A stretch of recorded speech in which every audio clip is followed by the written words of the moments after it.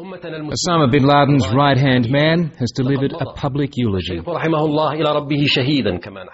Much of this 28-minute video paid tribute to Osama bin Laden, but there were also the familiar warnings of terror to come.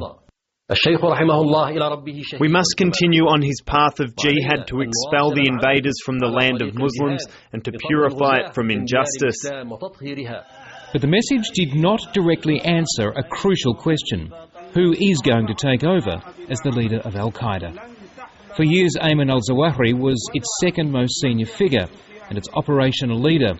He's also the man credited with inspiring Osama bin Laden to extremism and helping to found Al-Qaeda. But he was also regarded as an unlikely replacement as leader because he lacks the charisma to inspire and unite the increasingly splintered organisation. This video may have been his attempt to assert that authority. America is not facing an individual or a group, but a rebellion nation which has awoken from its sleep in a jihadist renaissance, challenging it wherever it was. Al-Qaeda is still a threat, particularly because of the unrest in places like Yemen, which is teetering on the edge of the kind of chaos that terrorist groups thrive on. But the focus in the Middle East right now is on Syria, where there are fears that government forces are gathering for a massive assault outside the town of Jisr al-Shughul. It was here that 120 government soldiers were reportedly killed on Sunday. The regime says they were massacred by armed militants in the town, but the opposition says they were soldiers who were killed by their own army because they refused to fire on civilians.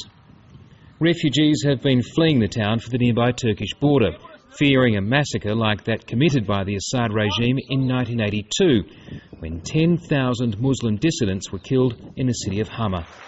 Turkey says it won't turn the refugees back. At this point, it's out of the question for Turkey to close its doors to refugees coming from Syria. The recent developments are really unfortunate. We are monitoring developments with concern as we have very different information and it raises our concerns.